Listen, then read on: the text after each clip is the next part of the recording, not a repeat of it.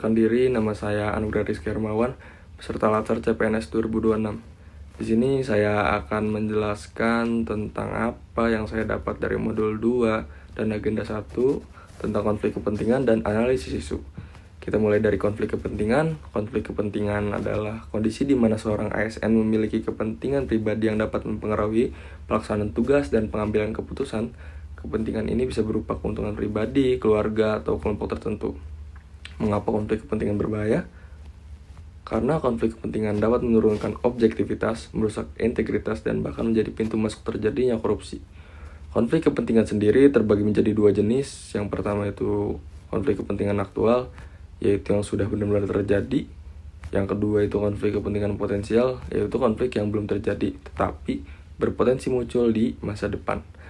Sebagai ASN, kita dituntut untuk mampu mengenali dan menghindari kedua jenis konflik tersebut agar tetap profesional dan netral dalam bekerja. Selanjutnya, kita masuk ke pembahasan isu kontemporer.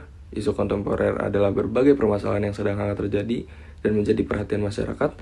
Contohnya seperti korupsi, penyalahgunaan wewenang, penyebaran hoaks, cybercrime, hingga masalah sosial seperti bullying dan bencana alam. Dalam konteks ASN, penting bagi kita untuk tidak hanya mengetahui isu, tapi juga mampu menganalisisnya secara tepat. Lalu bagaimana cara menganalisis isu? Langkah pertama adalah melakukan identifikasi isu. Kita bisa mendapatkan isu dari berbagai sumber seperti media massa, data resmi, pendapat ahli, maupun kondisi yang terjadi di lingkungan kerja kita. Setelah itu, kita melakukan proses penyaringan isu atau tapisan isu. Tidak semua isu harus ditindaklanjuti, sehingga kita perlu menilai apakah isu tersebut benar-benar penting. Kriteria yang digunakan di antara lain apakah isu tersebut aktual, berdampak luas, bersifat problematik, dan layak untuk diselesaikan.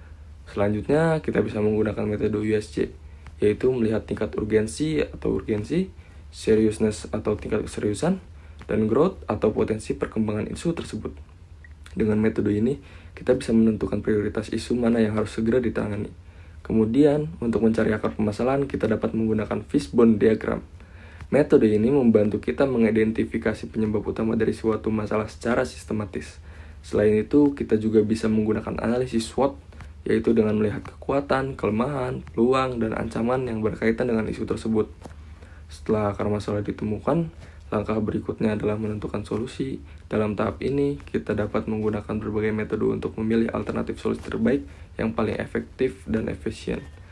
Terakhir, kita menyusun rencana aksi, yaitu kegiatan yang akan dilakukan beserta output yang ingin dicapai. Dengan melalui seluruh proses ini, diharapkan kita dapat menghasilkan solusi yang tepat dan berdampak nyata.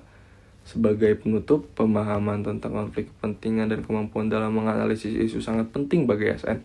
Hal ini akan membantu kita menjadi ASN yang profesional, berintegritas, dan mampu memberikan pelayanan terbaik kepada masyarakat. Sekian yang dapat sampaikan. Terima kasih atas perhatiannya. Sampai jumpa di kesempatan berikutnya.